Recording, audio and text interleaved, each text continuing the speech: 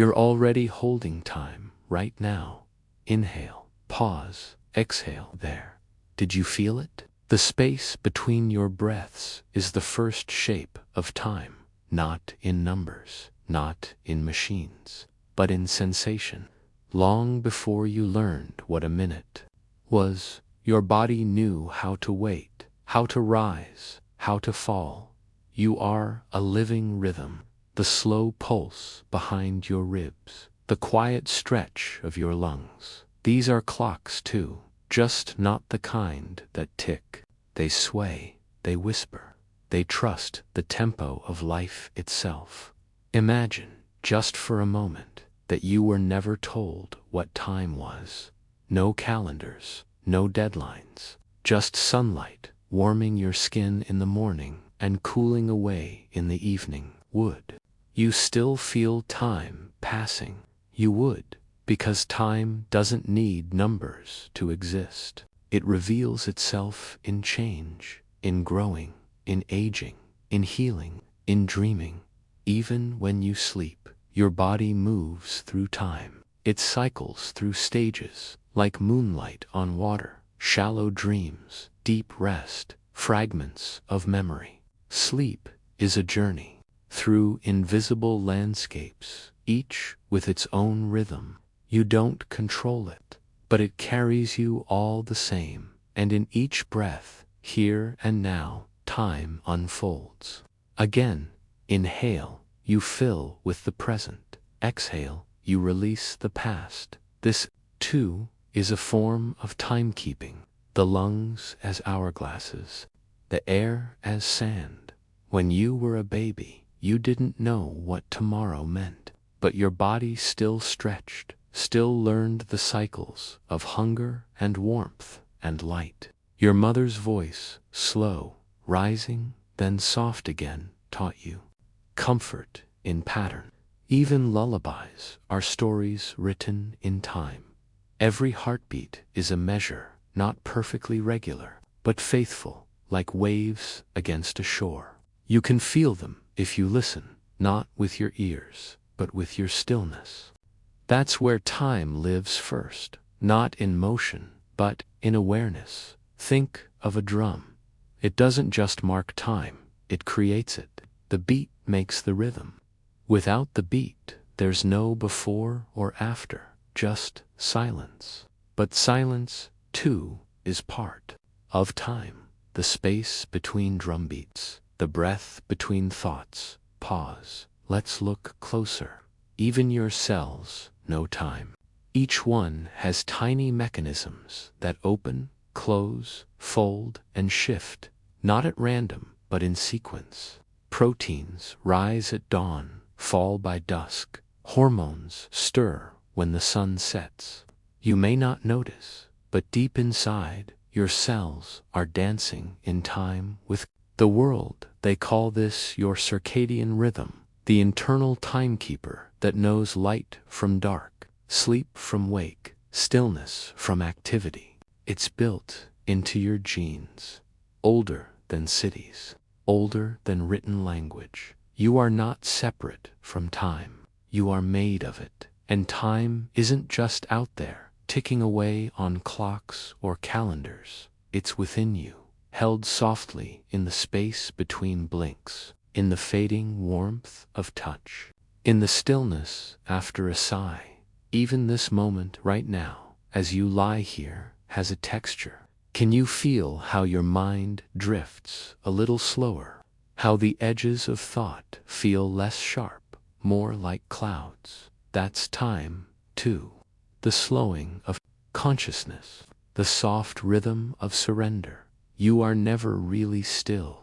Even as you rest, atoms within you vibrate. Electrons hum, molecules move, and this movement, invisible though it is, gives time its meaning. Without change, time would be frozen. But you are always changing, always flowing, always unfolding into what comes next. Consider this. A moment is not a thing you can hold. It's the space in which you change, a doorframe, a turning of the page, the breath you just took, and the one coming next. Even your thoughts obey time. They don't arrive all at once. They come like footsteps down a quiet hall. First one, then the echo, then another. And just like a melody, they depend on when they arrive, not just what they are. A song with no timing is just noise, but arranged in rhythm, it becomes meaning, emotion, memory. You're listening to the melody of your own awareness, and the rhythm behind it, slow, steady, patient, is time. Not time as pressure, not time as measurement, but time as presence. Even the moon knows rhythm, waxing and waning, pulling at tides, pulling at you. Your blood feels that pull. Your sleep does too. Why else would you feel so different in the evening than in the morning? Let's go deeper. Even animals who have never seen a clock, birds, bears, sea turtles, follow time. They migrate, hibernate, nest, not because someone told them the date, but because time tells them. It's woven into the planet, into light, into warmth, into wind, and you to feel it, even if you forget.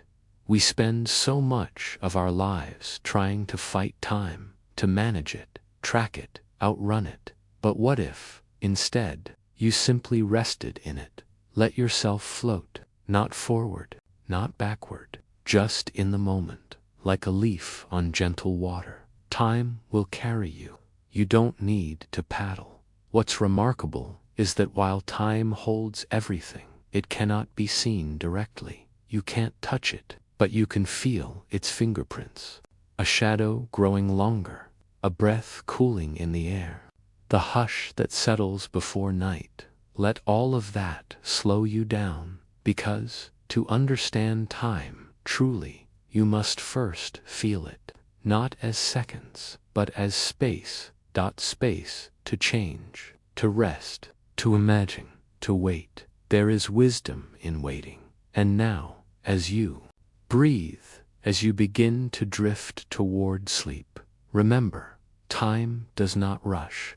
It does not demand. It simply unfolds, like a soft path through a quiet forest, step by step, breath by breath. And beneath your skin, your inner clocks keep ticking, not for schedules, but for balance, for healing, for peace. So you do not need to chase time. It's already inside you, in your breath, in your heart, in your stillness. And just as you begin to float gently, another rhythm begins to stir, not from inside your body this time, but from deep within your cells. An invisible clock, ancient and bright, waiting to take your hand. You don't have to check the time. You are time. A walking rhythm, a breathing metronome, a softly ticking field of clocks, not on your wall, but inside your very cells. Your skin doesn't ask when to feel sunlight. Your stomach doesn't wonder when it's time to growl. And your brain doesn't need a reminder to drift toward sleep once darkness wraps around the sky. It knows this knowledge isn't learned. It's inherited. It comes from within, from threads older than language. Inside you are timekeepers more ancient than watches or calendars, molecules shaped by moonlight, evolution and silence. Close your eyes and breathe. Somewhere in the gentle folds of your brain lies a cluster of neurons, each one humming in a slow, steady pulse. Together, they form the suprachiasmatic nucleus, the body's master clock, tucked deep in your hypothalamus, just above where your optic nerves cross. This cluster reads light like a conductor reading music. When the sun rises, it strikes a chord. When it sets, another tone falls. This internal clock isn't precise like a digital display. It's patient, adaptive. It tunes itself to the light that filters through your eyes. not just brightness, but timing. It listens to the morning.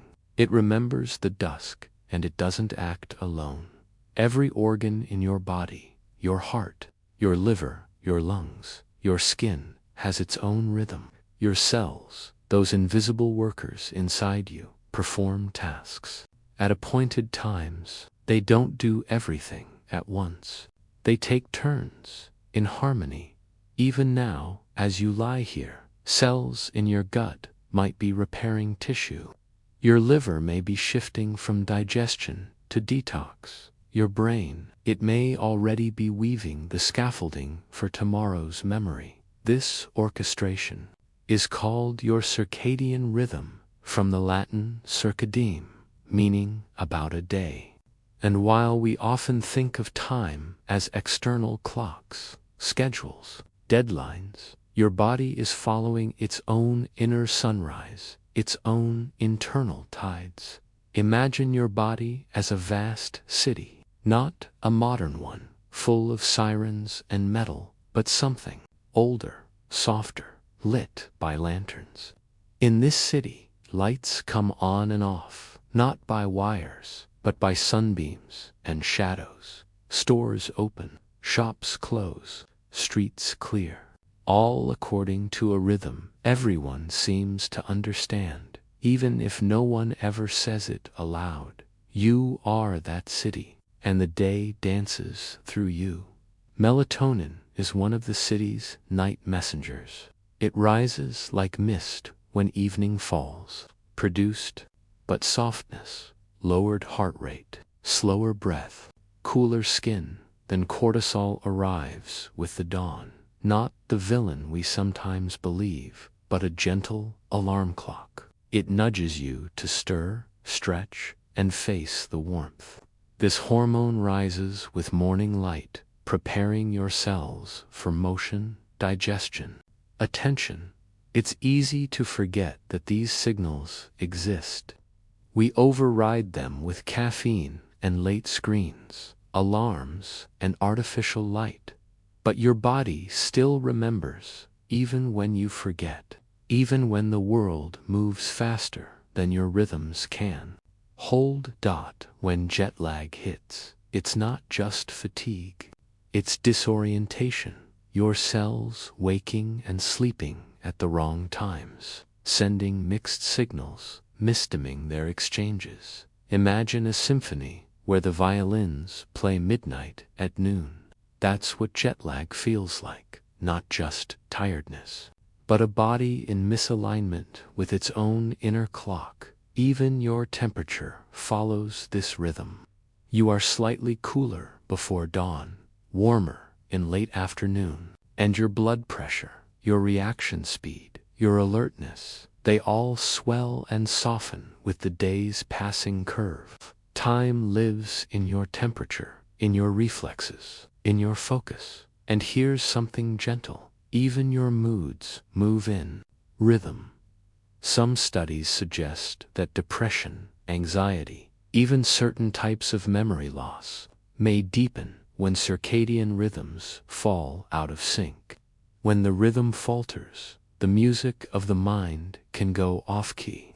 That's why sleep, light, and timing are not just biological, they're emotional too. But your body is wise. It can realign, like a dancer finding their partner's pace again. Your cells will recalibrate when given time, light, stillness. So take this moment, this quiet breath, to remember, you don't need to chase the hour. The hour already knows you. Let's slow down a little more. Deep inside your cells are genes that flip on and off in regular waves. Some genes help build proteins in the morning. Others clean up debris at night. They follow loops, cycles that repeat every 24 hours. And not just in humans. Plants open and close their leaves in rhythm. Crickets chirp in patterns. Even bacteria, the simplest of life, respond to circadian cues. It's not a human invention. It's a planetary inheritance. Time came before thought, rhythm before language. And in the background of all this light, it is light that resets the clock, that pushes melatonin down and cortisol up, that tells the master clock in your brain, this is morning now, this is safe, this is bright. That's why morning walks feel like medicine. Why watching the sunrise doesn't just feel good, it realigns you. Your eyes aren't just seeing light, they're remembering rhythm. Even artificial light affects the dance. Bright blue screens at night can silence melatonin, tricking your brain into thinking it's still daytime. That's why it's harder to sleep after late scrolling or long TV. Your clock is listening, always, but just as it listens, it also forgives. Sleep in darkness, wake to the sun, and the rhythm returns. Let's linger on one last image. Your memories, those quiet whispers of the past, are shaped by circadian timing too. You remember best in the morning. You recall differently at night. Some memories sleep, others wake. When you dream, your brain doesn't just play images, it sorts them, cleans them, files them like letters into drawers, deciding what to keep, what to forget. Even in sleep, your brain is a librarian of time. So here you are, a breathing city, a garden of clocks, a rhythm wrapped in skin. You don't need to watch time. You need only to trust it. Let it move through you. Let it carry you gently from morning into night and back again. Because the clocks inside you don't count down, they count with you in quiet partnership. As you rest tonight, those clocks will continue their patient work, not loudly, not urgently, but faithfully, like waves, like seasons, like breath, and deep within the hum of your biology, just beyond the silence, another kind of time is waiting. Not the one that turns on light or opens petals, but one that bends with motion, changes with speed, and stretches across stars. A time that moves differently, not inside you, but around you. And so you ask, softly now, if time can live in your body. What happens when it moves with the stars? You've felt time in your breath. You've seen it in your sleep.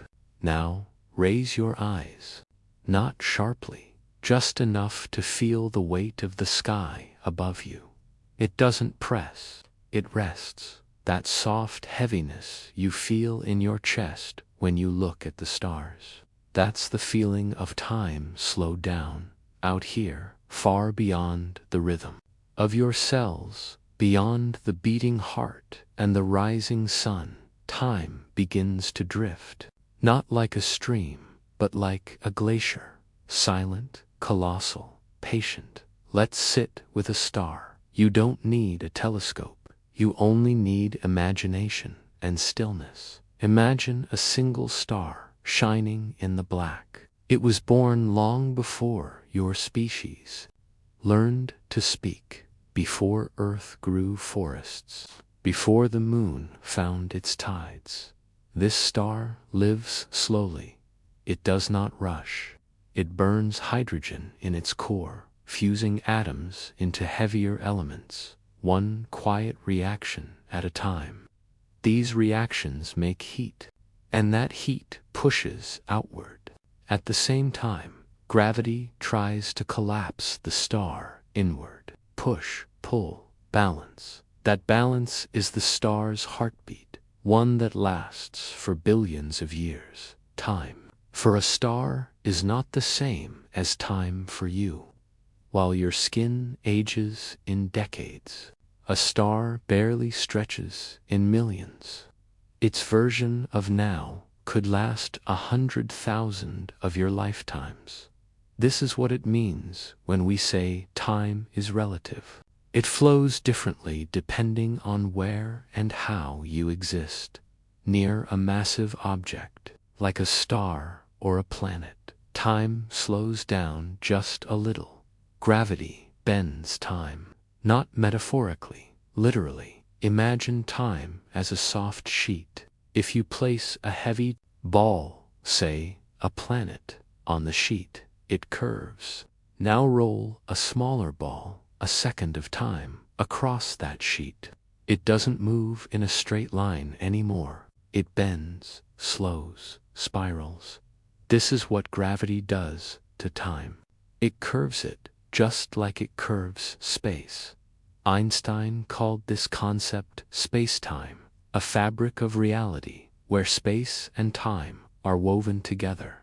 And that fabric isn't stiff. It stretches, it dips, it folds. When you stand on Earth, time moves ever so slightly slower than it does in the emptiness above. Not enough for you to feel, but enough that our satellites have to adjust their clocks to keep your GPS from drifting. So even standing still, you are riding time differently depending on your height, your speed, your gravity. Now return to the star dot. As it burns, it changes shape.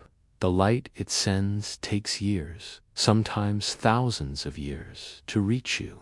So when you gaze at a star, you're not seeing it as it is. You're seeing it as it was. That light began its journey before your great-grandparents were born, and only now does it arrive, slipping through your window, touching your skin. You are always looking at the past, but out in space, near the edge of a black hole, time slows almost completely. A black hole is not just a place, it's a boundary where time nearly stops. We call this the event horizon, a point beyond which not even light can escape. If you could somehow hover near a black hole without being torn apart, your clock would tick incredibly slowly compared to the clock of someone far away.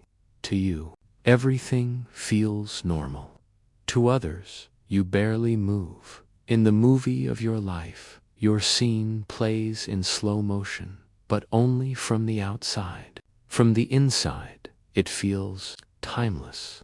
This slowness, this soft dragging of time, isn't just a trick of imagination. It's measurable, it's tested. Time is not fixed, it's not an arrow. It's a fabric, stretching in silence, shaped by mass, by light, by movement. Even light itself is not immune to time's distortions. When light leaves a massive star, its energy stretches. We see this as redshift, a subtle elongation of light's wavelength as it climbs out of gravity's grip. So stars not only burn across time, they carry time with them. They send their past across light years, softened by the universe's breath. And while we tend to measure our lives in hours and years, the cosmos thinks in epochs. An epoch is not a number, it's a gesture made slowly, like a tree growing from seed to forest, like a star turning from fire to ash. Right now, the star you imagined earlier might be nearing the end of its life. It begins to burn heavier elements, carbon, oxygen, silicon. The balance breaks. Gravity begins to win. And in one brilliant moment, a supernova, the star collapses and explodes. In that explosion, new elements are born. Gold, iron, calcium, the very atoms that make up your bones, your blood, your breath. You are stardust, yes, but you are also star time, made from pieces of stars that lived billions of years ago and whose time was far slower than yours. You're part of that rhythm now, a faster rhythm, a smaller rhythm, but connected. The heavy elements inside your cells were shaped in stellar cores that burn so slowly you would not notice their change in a lifetime. And yet, they changed you. So what does this mean for your own life? That even the smallest moment, even this moment, holds a memory of slowness. A whisper of cosmic time. Breathe again. Let your thoughts drift beyond this room, beyond Earth. Let them float into the quiet dark, where stars hum and light bends. Their time is gentle. There it moves like a wave across velvet space, and yet, even as the stars slow, your heart continues, your breath, your warmth. You are a different tempo, but the song is the same. The universe doesn't just tell time, it is time. And you, sitting here, breathing slowly, you are part of its tempo. You are the fast note in a long, long song. As your body settles, you may wonder if gravity can bend time. What happens when you move through it? What if motion itself, speed, travel, movement, can shape the flow of time around you? You don't need to rush, just take a step, and then another. You walk through time, not beside it. Time doesn't watch you pass. It bends with you, quiet, patient, flexible. As your body moves through space, time gently adjusts its pace. It's easy to believe that time ticks the same for everyone, everywhere. Like a universal drumbeat, steady, exact, shared. But time isn't a metronome. It's more like breath.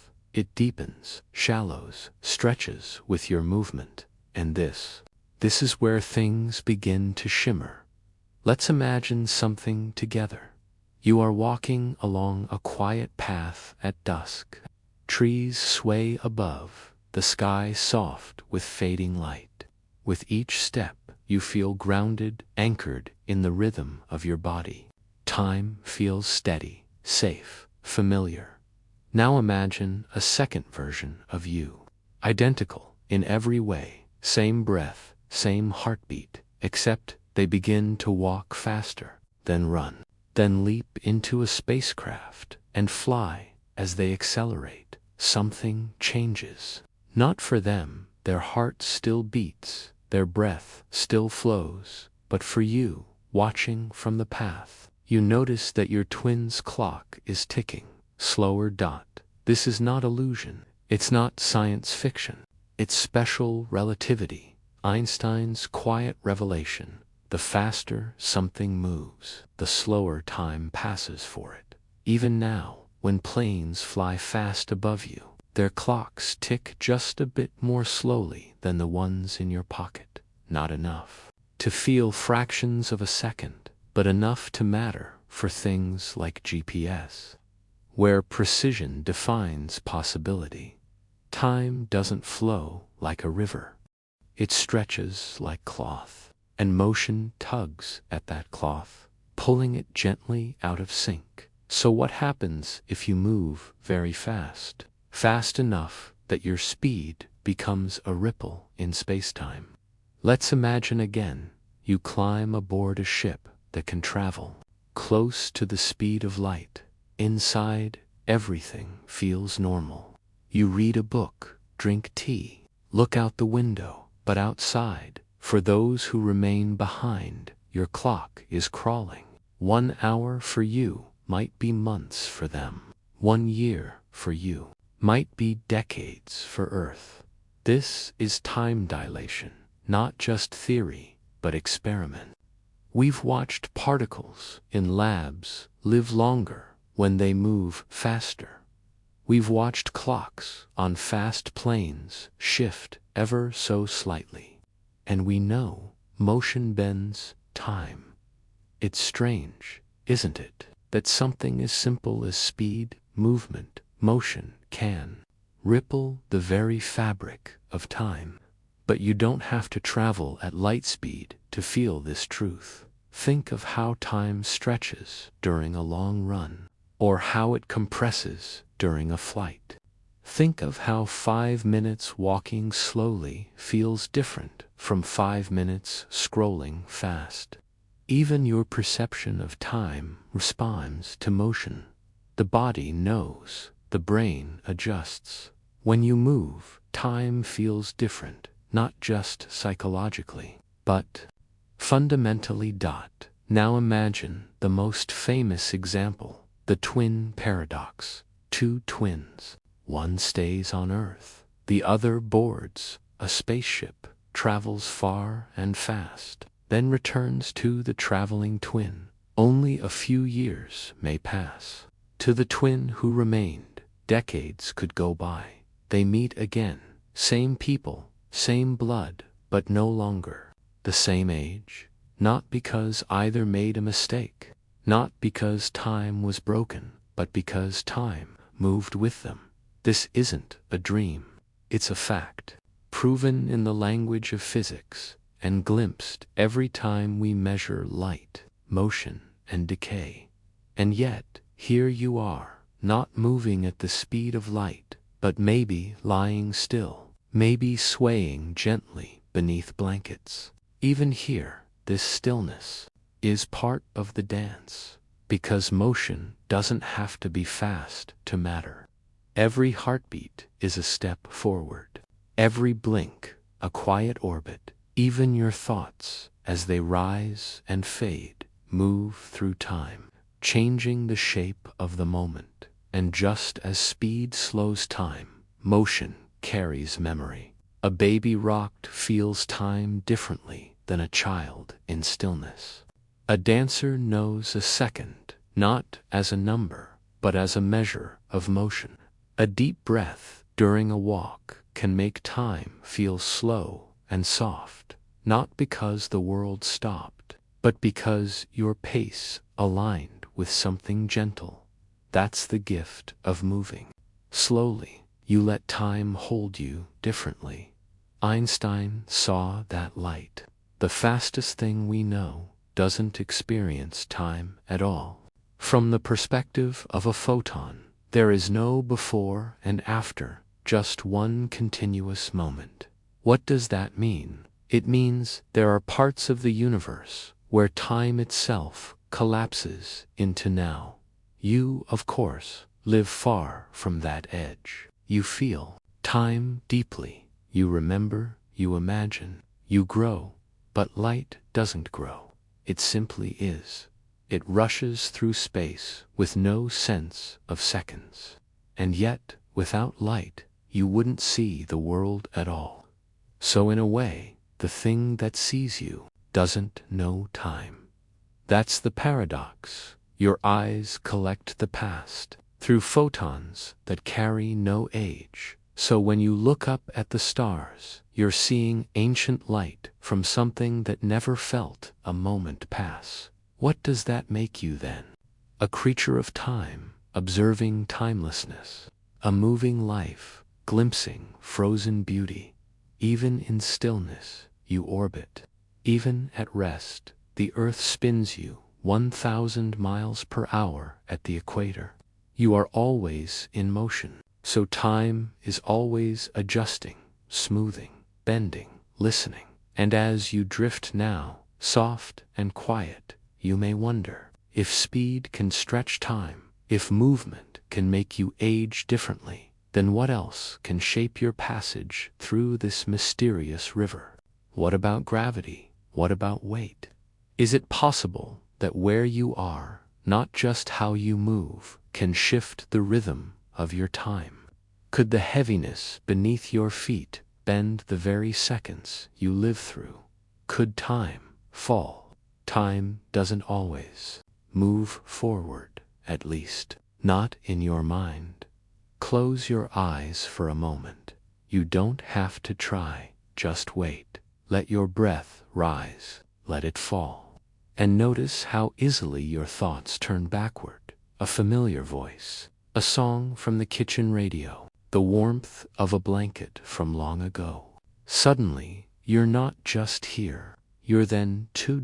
Memory is a kind of time travel, not with machines, not with speed, but with feeling. a soft, inward step into the rooms your mind still holds. The past isn't erased, it's layered, quiet, waiting, like old ink beneath fresh pages. You are never fully separate from who you were. Each version of you still echoes in your mind, not loudly, but with warmth, a faded scent, a glimpse of light through a childhood window, the laughter of someone long gone. But how does this happen? Your brain does not record time like a calendar. It stores meaning, impressions, emotions, patterns, and it does this in loops. Your hippocampus, a small, curled structure deep in your brain, is where many memories are born. It doesn't work like a file cabinet, more like a rhythm section. In a jazz band, coordinating, reshaping, improvising. When something matters, when it feels like it matters, your brain holds on to it. The more emotion you feel in a moment, the louder it rings, and the more likely it is to echo later. That's why trauma burns deep, and why love returns unexpectedly, even years later, in the smell of baking bread or the softness of someone's voice. Smell, in particular, is a powerful thread. It travels straight from your nose to your memory center, skipping all the usual gates. That's why a single breath of lavender can pull you into a summer evening from a decade ago. No warning, no effort, just presence. You're not hallucinating. You're remembering with your whole body, because memories don't sit in one place. They live in texture, in rhythm, in sensation. A memory is not just a thought. It's a constellation, a soft network of signals that come alive together. And when even one piece lights up, a taste, a sound, a voice, the others may follow. But not all memories are clear. Some are foggy, some flicker, some visit only when you stop looking for them. These are your implicit memories, the ones that hide in habit, in posture, in instinct, the way you pull your blanket just so, the way you hesitate before knocking, the quiet pause before saying goodbye.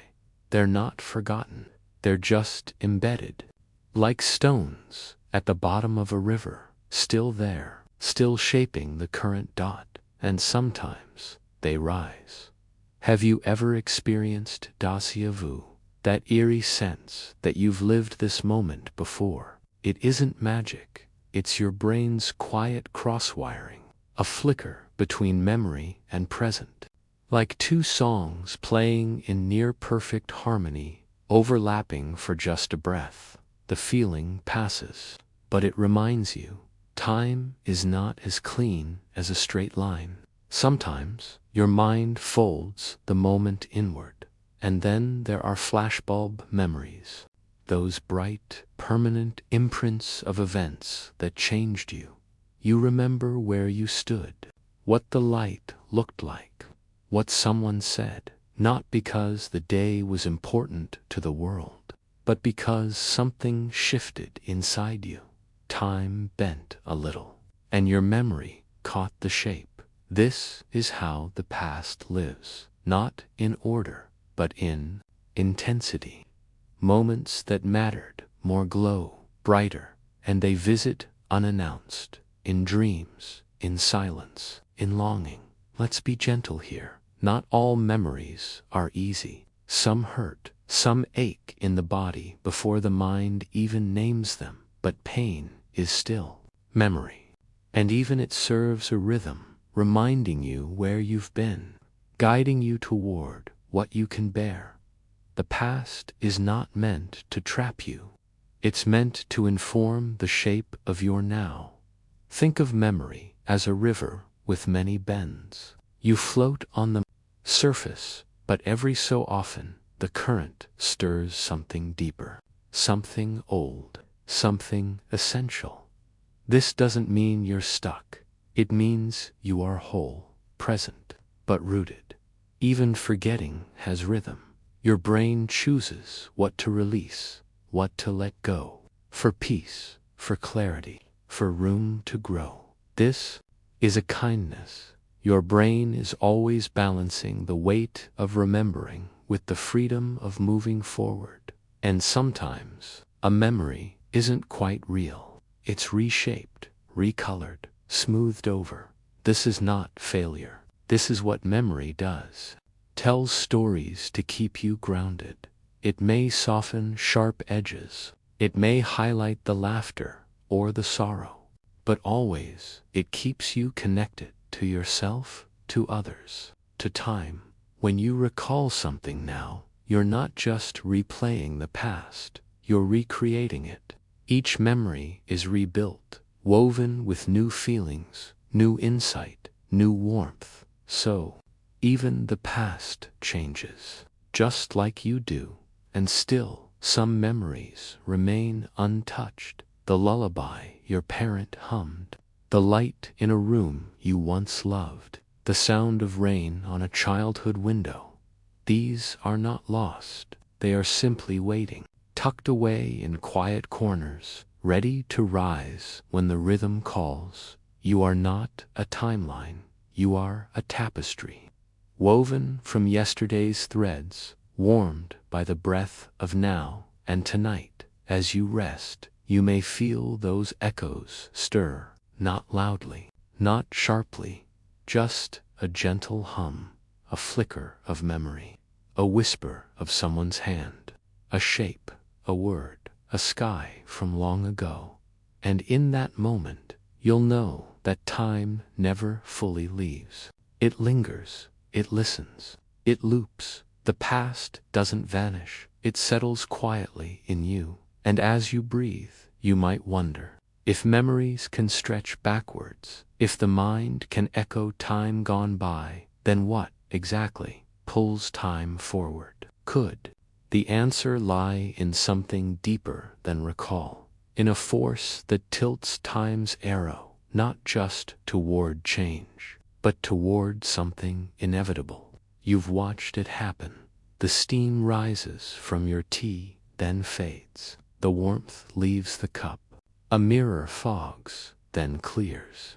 An ice cube melts. A house, once new, slowly weathers under sun and rain. Everything, absolutely everything, seems to move in one direction, from order to disorder, from fresh to faded, from whole to scattered. This isn't sadness. It's just how the universe breathes. You are living inside a pattern, one that scientists call entropy. And it may be the most intimate force you've never quite named. Entropy is the slow drift of things toward missing.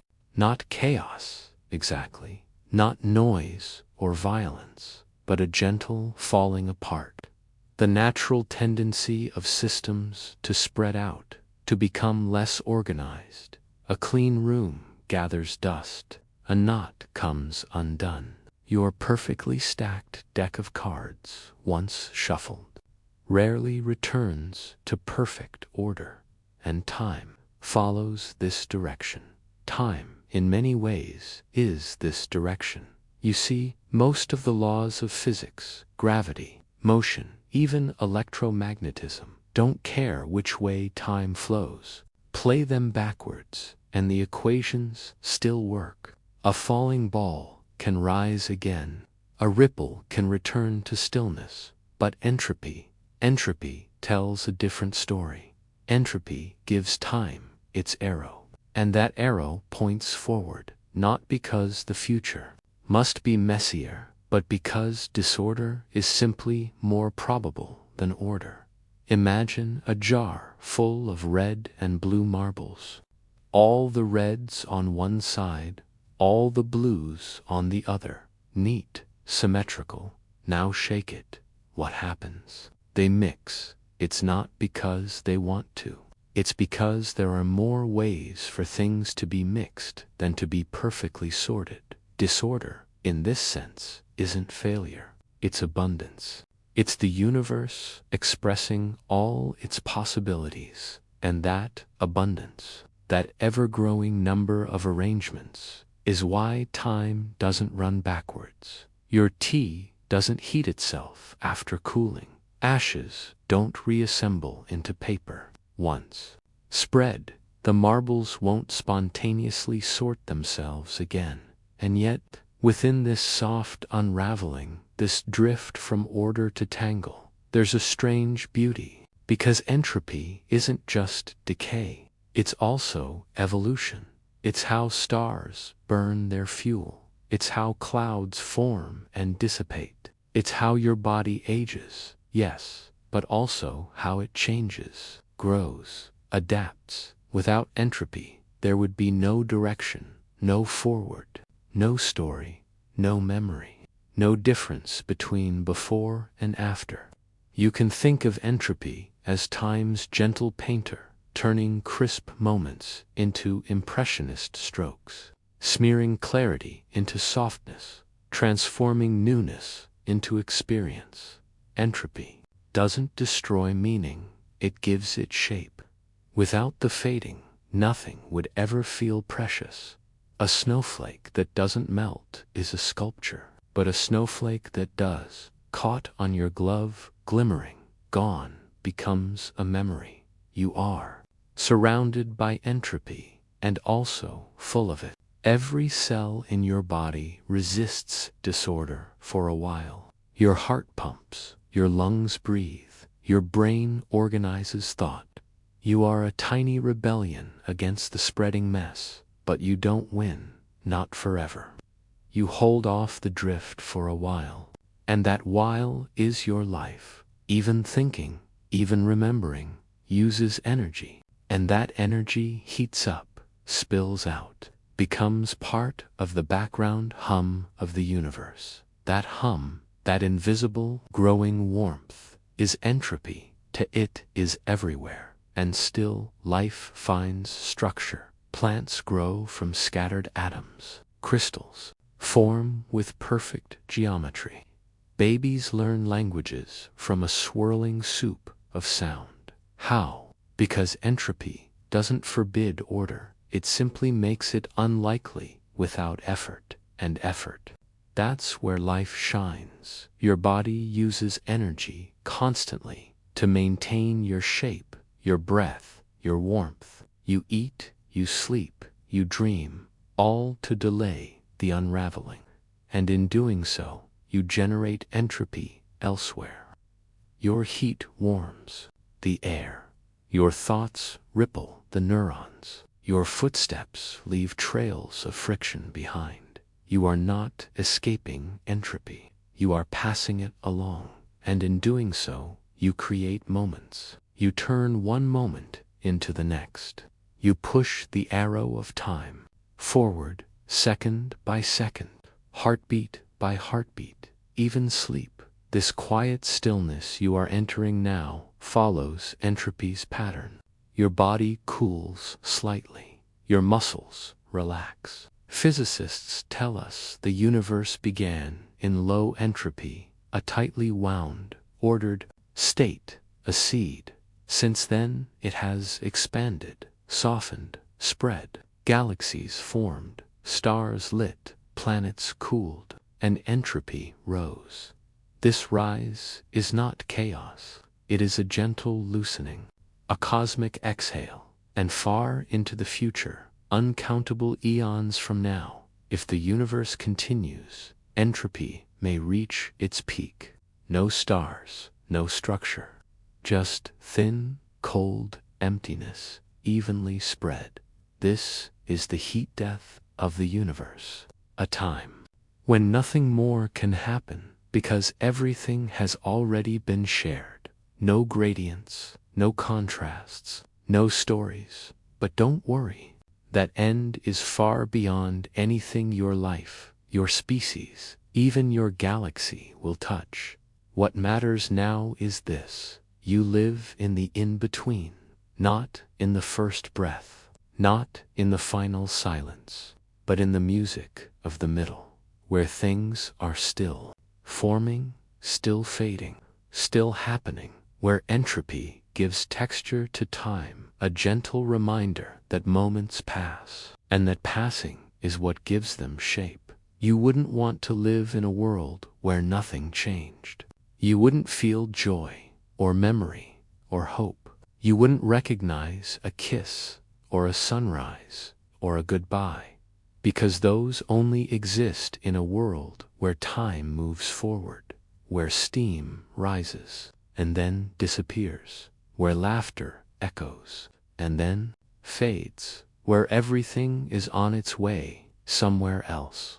Entropy is not the enemy of beauty. It is the reason beauty doesn't last, and that in itself is beautiful. So tonight, as you drift, let your body soften. Let your thoughts unwind, not because you are falling apart, but because you are moving with the natural rhythm of time's unfolding.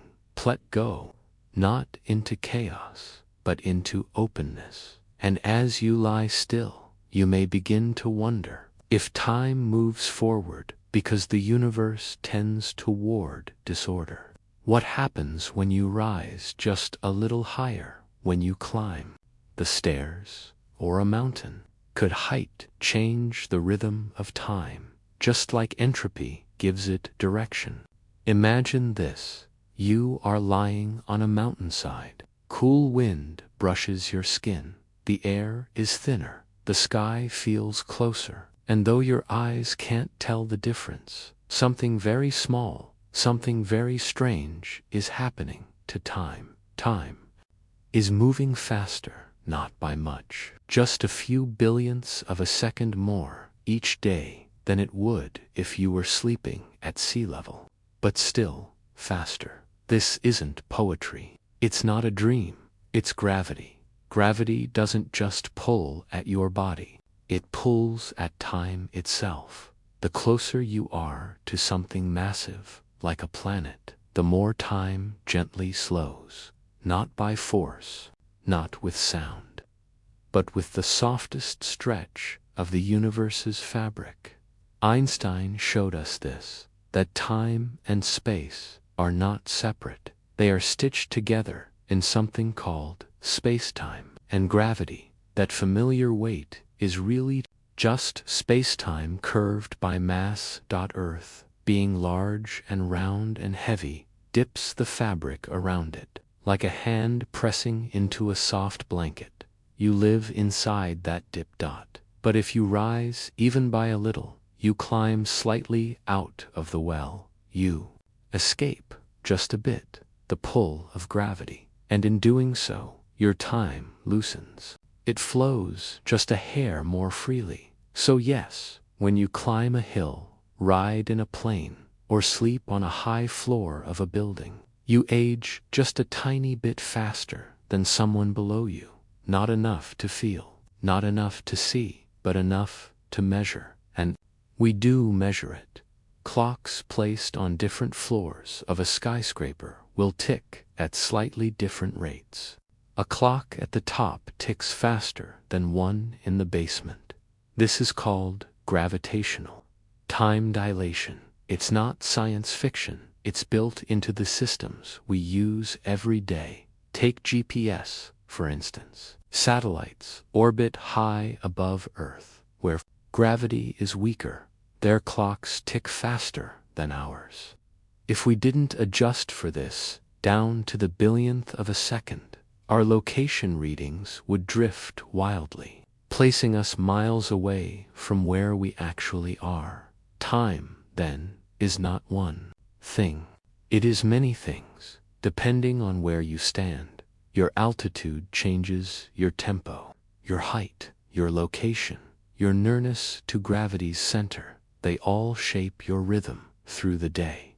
It's a strange thought, isn't it, that two people born at the same instant might live slightly different lengths of time, just because one lived in the valley and the other on the hill. The difference would be tiny, but real. In that way, time is personal, local, shaped not just by the cosmos, but by your very steps.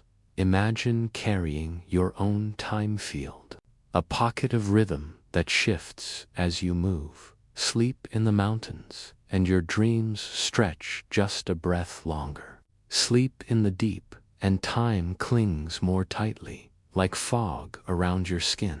Even the International Space Station, traveling fast and floating far from Earth's gravity, experiences this layered dance. Time slows from its speed, but quickens from its altitude. The astronauts inside exist in a compromise, a balance between speed time and gravity dash time. It's all relative. Time, it seems, is never rigid. It sways, it responds, it listens to where you are. You could spend your entire life in the mountains and age slightly more than your twin who lives by the sea. You could orbit the Earth and return a hair younger than your friend. None of this changes your soul, but it changes your seconds. And what a thought! That is, that even your resting place sculpts your story in time. You may wonder, why does gravity slow time at all? Think of light. Light wants to move in a straight line, the fastest path, but gravity curves space. So light, passing near a massive object, bends dot. In the same way, clocks slow near mass, because they too must follow the curve of spacetime. The deeper the well, the stronger the gravity, the more time bends. This is why black holes are so fascinating. Near their edges, time nearly stops. Not metaphorically, actually, but here on Earth, the difference is gentle. A whisper, a breath, still. It makes you wonder, if time shifts with gravity, and gravity changes with height, then even your sleeping body experiences time differently, depending on the bed beneath it. But your clock, that invisible rhythm inside every atom, is ticking at a tempo shaped by your place in the world. You are not just in time. You are in a field of time, a gradient, a slope, a slow waterfall of seconds, cascading down from the hills to the sea. Even your dreams ride the curve. And just before sleep takes you, you may begin to wonder, if height can shift time, what else can bend its rhythm? What happens, not just with altitude, but with emotion, with thought, with the strange stretches of time we feel when we dream too long or miss someone too deeply? They're another kind of clock, not measured in gravity or speed, but in mind. Time is not always what the clock says. Sometimes a second feels like a sigh. Sometimes it stretches into silence or disappears before you can name it. You live by more than one kind of time. There is the clock on the wall, but there is also the time inside you, soft, elusive, strange. It's the time that slows when you wait for news, the time that flies when you're laughing, the time that drips when your heart aches, the time that loops when you dream. You've felt this before. The long summer afternoon that seemed to never end felt like a lifetime. The single moment that split into memory, emotion, and eternity. This is your psychological time, a rhythm built not of seconds, but of perception, through emotion, through the shifting landscape of awareness. When things change quickly, time feels full. When everything stays the same, time seems to vanish. That's why your childhood felt longer than it was. Each day brought new experiences, new shapes, new sensations. Your mind was recording rapidly, and so time expanded. As you grow older, you encounter more repetition, routines, habits, familiar paths. Your brain compresses the sameness. It needs less effort to process what it already knows. So a year in adulthood can feel like a month once did. It's not that time has changed. It's that you have. Time bends with experience. And then there are dreams. Dreams defy all structure. They stretch and shrink time like warm wax. You may dream an entire story, a journey across lands and seasons, only to wake and find that only a few minutes have passed. How? Inside your dreaming brain, your perception of time is unanchored. You're not checking clocks. You're moving through ideas, not minutes. The prefrontal cortex, which helps you judge time while awake, goes quiet during dreams. They drift, and in this drifting, you experience timelessness. You float in sequences that fold over one another. You feel things that make no logical sense, but still feel real. You travel inside memory, but the memory may be made of something new. This is dream time. Feels endless, and sometimes a dream leaves you changed. Because in its strange theater, you experienced feeling without the anchor of time. There's a kind of truth in that. The same happens in smaller ways, when you fall into daydreams, when you listen to a story, when music suspends you in the space between notes. These are subjective time loops where your awareness detaches from the clock. It's not illusion. It's just a different rhythm. Your dopamine system, the chemical network tied to attention and reward, also affects how you feel time. You're bored, anxious, or tired. Dopamine lowers, and time seems to drag. Time perception is, in many ways, not because the seconds grow, but because your attention sharpens. You stare, you notice, you measure, and the more closely you measure time, the slower it feels. But when you forget to count, when you lose yourself in joy or creativity, time melts. Are completely immersed in an activity, neither rushing nor delaying, but simply being. Flow happens when challenge meets skill. When your mind is fully engaged in flow, you forget the past. You don't worry about the future. You live entirely in now. In this state, time becomes soft. Itself can feel stuck when grief stretches the minutes, when depression dulls the hours, when anxiety quickens the clock but slows your breath. In these moments, your inner time may not match the world's. That's okay. It's part of the human clock. Body, your heartbeat, your breath, your memories all contribute to the narrative of time. Even your sense of self is tied to time. You remember who you are because your brain strings moments into meaning. It places you on a timeline, past, present, imagined, future. But some moments seem to float outside that line. First kisses. In a quiet window, these become anchor points, fixed stars in your memory. Everything else orbits them. They feel timeless because they changed your rhythm. They slowed your breath. Deeply, time, then, isn't just a movement. It's a texture. It's the thickness of a quiet morning, the blur of a hurried goodbye, the emptiness between two sentences, the ache of missing someone longer than you ever knew them.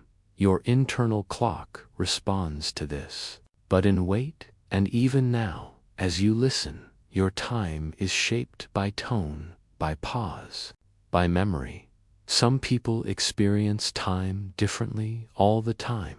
For those with certain neurological conditions, like temporal lobe epilepsy, or schizophrenia, or ADHD, time may tick unevenly. Our minds are not clocks, they are oceans, and time within them moves like tides. Tonight, as you sleep, you may dream again. You may visit old rooms, hear forgotten voices, or drift through places you've never seen before. When you wake, you might try to hold on to the dream, but it will vanish like smoke. Still, it was real because you felt it, and feeling is how time leaves its mark. As you breathe now, notice how time moves inside you, not as a number, but as a space, a drift, a rhythm. Question: if time can bend inside your mind, what happens when the smallest particles, the tiniest pieces of matter, begin to blur the very definition of time itself? There is a world beneath the one you know, where moments flicker and never quite settle, where time, if it exists at all, does so with a twitch instead of a march. You are about to step into that world, not with your feet, but with your imagination. Let it shrink now, smaller than breath, smaller than cells, smaller than the atoms that form your bones, smaller than the particles inside those atoms. Now, you arrive. This is the quantum world. It's quiet, it's jittery. It is not made of things, but of maybes, clouds of possibility, ripples of energy, potential waiting to be asked a question. Here, time does not behave, it doesn't flow, doesn't tick. It pulses, strangely, and sometimes not at all. Particles appear and vanish. They occupy two places at once. They spin in both directions, or none, or one, until you look. Then the world collapses into something definite, but only because you looked. This is the mystery of observation. In quantum mechanics, reality waits for your attention. Until then, it remains undefined, not in shadow, but in shimmering potential. Time lives in this shimmer. You might imagine time as a rope, like foam, bubbling, dancing, shifting. No straight lines, only flickers. One of the most famous examples, the double-slit experiment. A single particle is fired toward a screen. It passes through two slits. If you don't watch, it behaves like a wave, interfering with itself, creating patterns. But when you measure, when you observe, it behaves like a particle, choosing one path. The act of looking changes its history. And time, in that moment, becomes a mirror, reflecting back not what was, but what is noticed. Think about that. The future is uncertain, but in quantum physics, so is the past. What does this mean for time? It means that below the surface of seconds and minutes, the universe pulses in something softer, less linear, more liquid. You may ask, how does anything function here? How does a world so strange build something so stable like you? The answer lies in scale. You are made of quantum events, but you are not one. You are trillions of them, working together, smoothing the jitter, like snowflakes falling into a drift. The randomness averages out. The world appears steady, clockable, predictable, but beneath every moment you live, quantum time still hums. Now let's follow one more ripple. Entanglement. Two particles, born together, can remain connected forever. Measure one and the other. No matter how far away, responds instantly, not fast. Outside of time altogether. Einstein called it spooky action at a distance. And yet, it's real. What does this say about time? That at the deepest level, some things are timeless. Or perhaps, that time is not a line, but a network, a web of relationships. And what we call now is just the shadow of those relationships interacting. Some physicists ask, is time fundamental, or is it emergent? Could time itself be built, slowly arising from the way particles link and unlink? In some theories, like loop quantum gravity, Spacetime is quantized, made not of smooth curves, but of discrete loops. Imagine time not as a flowing river, but as woven threads, each moment a knot linked to the next. Your seconds would not pass. They would accumulate, and that's not all. In quantum cosmology, there are models of the universe where the entire cosmos is timeless. Time does not exist in the core equations. It's something we perceive, like color or sound. If this is true, then time is not something the universe has. It's something we experience through change. You, in this sense, are a time maker, not because you invented it, but because your consciousness gives it rhythm. Now breathe. We've drifted far into the abstract. Let's bring it back. What does this mean for your life? It means that beneath your heartbeat, beneath your memories, beneath your sense of morning and night, the building blocks of you don't follow the same rules. They don't know time. They don't count minutes. They operate on uncertainty. They hum in vibration. They flicker in yes-no-maybe states. And somehow, from all that, emerges you a being who feels both the second hand and the sunset. Isn't that something? Let's look at clocks again, but differently. A quantum clock isn't made of gears or ticking hands. It's made of energy transitions. When an atom absorbs energy, its electrons jump to a higher state. When they fall back, they release light. A photon. That light has a frequency, and that frequency becomes your tick. The most accurate clocks in the world don't use springs. They use atoms, like strontium, vibrating billions of times per second. These clocks are so precise they can detect the difference in time between your head and your feet, between sleeping upstairs or downstairs, between mountain and valley. They measure not just time, but time as shaped by space and gravity and quantum uncertainty. Even sleep is touched by the quantum world. Your brain is not a solid machine. It's a delicate dance of particles, ions, signals. When you dream, you experience time bending. Minutes stretch, moments loop, and at the edge of sleep, when consciousness begins to fade, you may briefly glimpse a kind of quantum awareness, where the story blurs and time has no edges. That edge is important, because in quantum physics, observation collapses possibility, but superposition, the state of being many things at once, lives right before the decision is made, just like sleep, just like twilight, just like memory, right before you speak it aloud. These in-between states are not mistakes. They are the fabric beneath the form. Now, let's slow everything. Let's pause. Let's imagine the universe at the very beginning, before the stars, before the planets, before time, as we know it, began in the first moments after the Big Bang.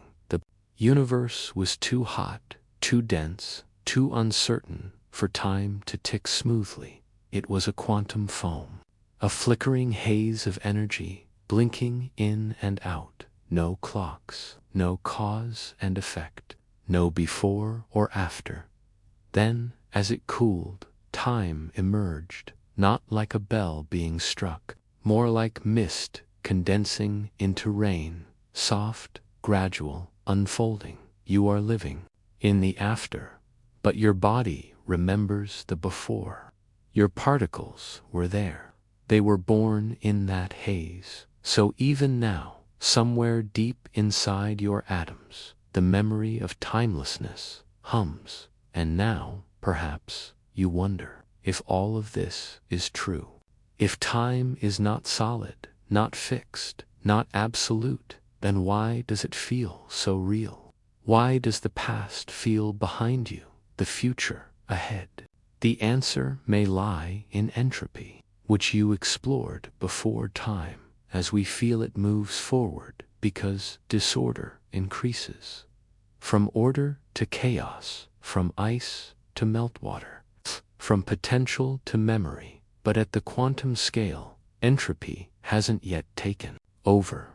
The rules aren't locked in, and so time becomes a soft breath, not a push, a possibility, not a prison. So what now? You've seen time stretch in space. You've seen it loop in dreams. You've seen it bend with gravity and dissolve beneath thought. But here, beneath everything, you see something else. You see that time is not alone. It is one thread in a larger weave, entanglement, uncertainty, potential, stillness. These do not oppose time, they support it. They make time possible, and so your clock is not a command. It is a song. You are not trapped by time, you are carried by it, cradled in it, even when it flickers, even when it disappears. And maybe, just maybe, there is a place far beyond, the edge of stars, or deep inside the heart of silence, where time stops altogether. A place where no seconds pass, where particles rest, where the jittering ends. Would it be quiet or infinitely full? Would it be death or rebirth, or the beginning of something we've never had words for? In the final stillness, after the last vibration, after the last tick, after even memory fades, what might remain? And if something does, would it still be you? You've traveled far, through memory, motion, breath, and scale. You've watched time stretch between stars, bend beneath mountains, fold inside dreams. You've even seen it flicker at the edge of the quantum world. But now you stand at a different kind of threshold, the edge not of your thoughts, but of time itself. Where did time begin? And just as haunting, where does it end? Let yourself float, not fast, not slow, just suspended above thought, beyond familiarity. It's a journey through origin to understand the end of time.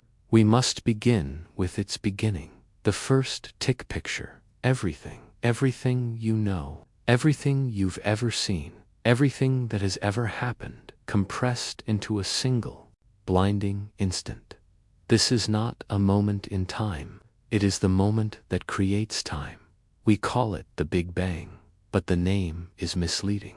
It was not an explosion, it was not loud, it was a rapid unfolding, a bloom dot. You can imagine suddenly becoming space, becoming light, becoming when time, in this earliest stage, did not tick like it does now. There were no stars to rise and fall, no seconds, no rhythm, only expansion. Before that moment, the concept of before doesn't work. Not because we lack data, but because before didn't exist. Time had no place to live. Your brain might resist this idea, because you are wired to imagine a beginning as a thing that follows something else. But this was not that kind of beginning. It was not something inside the universe. It was the birth of the universe itself. Moments from the beginning, in the first trillionths of a second, time and space inflated like a balloon, faster than light, unfolding faster than we could ever measure.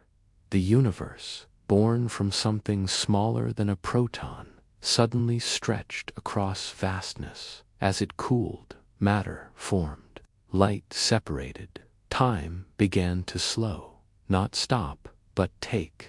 Shaped ticking began, but it did not tick evenly. Gravity shaped time even then.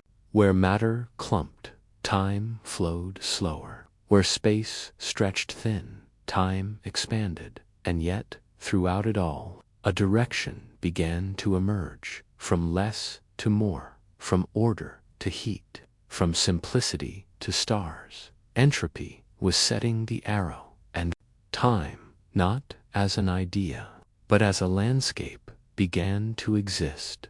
A long cosmic breath. Now breathe. Let billions of years pass in a single breath. Galaxies swirl, stars ignite, planets spin. Life emerges, evolves, wonders. You arrive, a being made of time, asking where it all goes, because, even as you live within time, you cannot help but ask how long it will last. Does the clock have an end? Does the sky, black holes, where time slips? Begin that exploration at one of the strangest places in the cosmos, the black hole. You already know that gravity slows time. The more massive something is, the more it bends space-time around it. Now imagine a star, so heavy, so dense, that when it collapses, it forms a point from which not even light can escape. This is a black hole, but more than that, it is a well in time itself. The deeper you go into its gravity, the slower time moves, and at the event horizon, the edge, where escape becomes impossible, time slows to a near stop from the outside. You could watch an object falling in and see it freeze, never quite crossing. From the inside, if you could survive, you'd fall forward, not just in space, but in time itself. Past the horizon, all paths lead inward. All directions point toward the center, and at the center, a singularity, a place where our equations break, where space and time become so twisted, so curved, they no longer make sense. In that place, does time end? Maybe, maybe not. Maybe time folds into something else. Maybe it becomes still. Timelessness at the core. What does it mean for time to end? You may imagine silence, stillness, the absence of ticking. But physicists imagine something stranger. At the singularity, the center of a black hole, space and time are so warped they may switch roles. Time becomes space, and space becomes something else. There is no next. There is only curvature, collapse, and maybe emergence. Some believe black holes are not endpoints, but bridges, tunnels, gateways to new universes. They call them Einstein-Rosen bridges or wormhole. Not science fiction, but the possible offspring of general relativity. You fall into one universe and emerge into another. If that's true, then maybe black holes don't destroy time. Maybe they fold it, recycle it, rebirth it. The far future now. Drift forward again, past your lifetime, past your children's children, past the fading of Earth and the dying of stars. You enter the era called the degenerate age. Most stars have burned out, galaxies dim. Only white dwarfs, neutron stars, and black holes remain. The universe is expanding still, always. Galaxies retreat from one another. Light stretches. Space grows cold. This is the quieting of the cosmos. The great structures dissolve. Black holes begin to evaporate slowly, almost imperceptibly, through a process called Hawking radiation.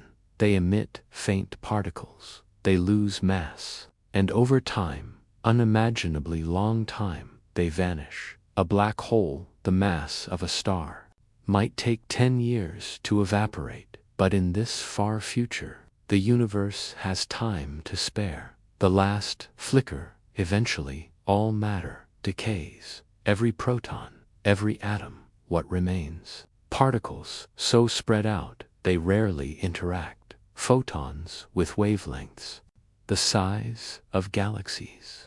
A cold mist of nothing in particular. the universe becomes thermally dead. This is the heat death, not fire, but absence. The temperature of everything becomes uniform. No gradients, no energy to transfer, no difference to drive change. And without change, time loses meaning, because time needs difference. It needs one moment to contrast with another. In perfect equilibrium, there is no story, no step, no motion. You don't need a clock to know this. You only need to understand entropy. And here, entropy has reached its maximum. Everything is spread out, done, silent and still. A universe without time. Now ask yourself, is this the end or a pause? Could something emerge from this silence? Some theorists suggest the universe could collapse in a big crunch, reversing its expansion, folding back in on itself, heating again and maybe beginning anew. Others imagine a big bounce where each universe ends, only to spark the birth of another. Time, in these models, is not infinite, it is cyclical. But there is another theory, one where the expansion continues forever, but accelerates, driven by a mysterious force, dark energy. This leads us to the Big Rip, a future where dark energy grows so strong it tears galaxies apart, then stars, then planets, then atoms, until even spacetime itself is torn. What would that feel like? You wouldn't notice the beginning. You'd simply feel the quiet, then a drift, then a stretch, and then, no now, final echoes. So here we are, facing not one, but many possible endings. Time as you know it may fizzle, or collapse, or loop it, may never truly end, only change form. And yet, even in the face of silence, a question whispers, is there something beyond time? Something that holds its pieces? Something that isn't measured, but simply is? Could consciousness, awareness, presence, being, exist outside of seconds? Is there a final stillness that contains everything? A canvas beyond the clock? You cannot know, but you can wonder, and in that wonder, you are still part of time's unfolding. Because asking the question is itself a tick. You and the edge you may never witness the death of time. But that doesn't mean you're far from it, because you, your breath, your mind, your quiet awareness are a meeting place for time's softest edges. You hold beginnings, you carry endings, you remember, you imagine. These are acts of time. But also, sometimes, you pause, you feel outside it, in awe, in silence, in grief, in wonder, in love. In those moments, those wordless spaces, something else stirs. It's not timelessness, but it's close. It's a step outside the hallway, a glimpse at the scaffolding behind the curtain. Time doesn't vanish, but it loosens. You may have felt it by a hospital bed, or while watching the sea, or beneath a sky so wide you forgot your name.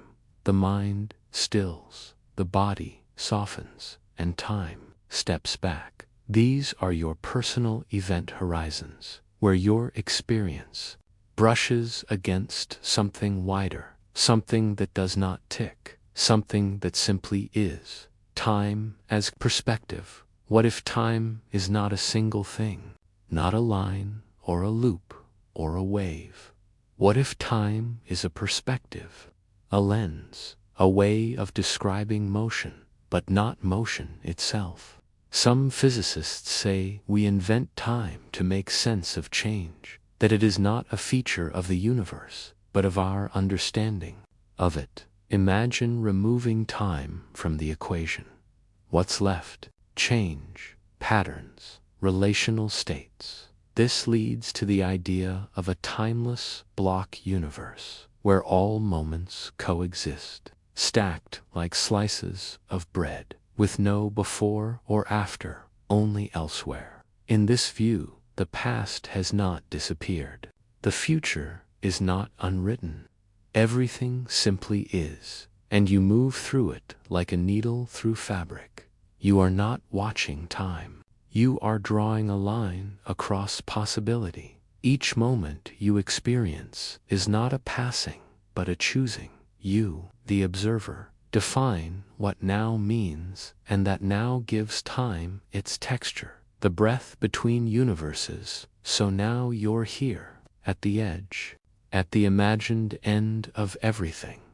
No more ticking, no more unfolding, no more change, just silence, stretching in all directions, thinner than thought, deeper than space. What lives here? Maybe nothing, or maybe the prelude, the breath between universes. The pause between exhalation and inhale, not death, but stillness. You know this feeling. You live it every night. When you fall asleep, you pass through a doorless room. No memories, no movement, just a soft drifting. And then you wake up. New now begins. What if the cosmos does the same? What if, after time breaks, something wakes again, not as a repeat, not as a continuation, but as a new kind of rhythm, one you can't yet imagine, one not bound to minutes or matter, one that begins with nothing and yet feels familiar.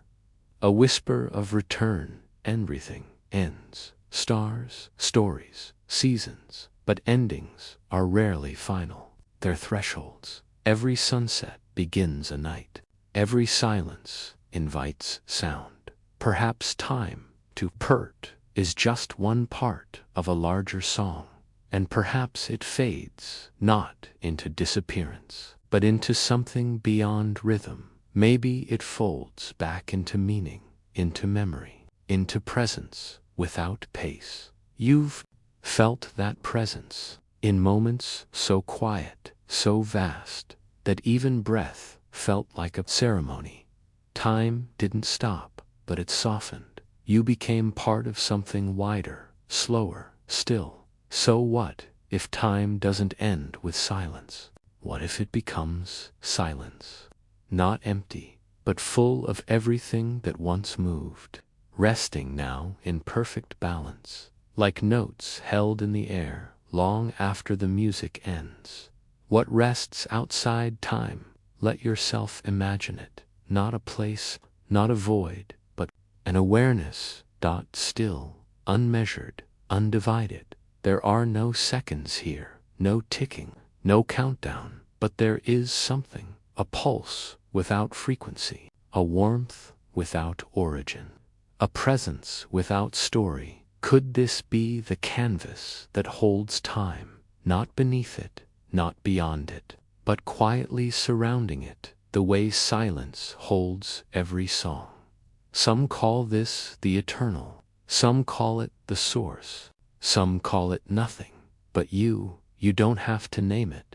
You can just feel it, the way you feel the hush before sleep, the moment before the bell rings, the held breath before someone speaks your name. It's not the absence of time, it's the possibility of time, and you are drifting within it. Your final loop, everything you've heard through each chapter, each breath was not a straight line, it was a spiral, a return. You began by feeling time in your body. You followed it through motion, through dreams, through mountains and stars. You watched it shatter beneath the atom and evaporate in the distance between galaxies. And now, you carry all of it with you, because, even if time ends, your awareness of it does not vanish. It folds inward, becomes memory, becomes wonder, and wonder, that quiet, widening pause, might be the purest experience of time. because, in wonder, you are fully present, not rushing, not counting, just opening, just listening, just being.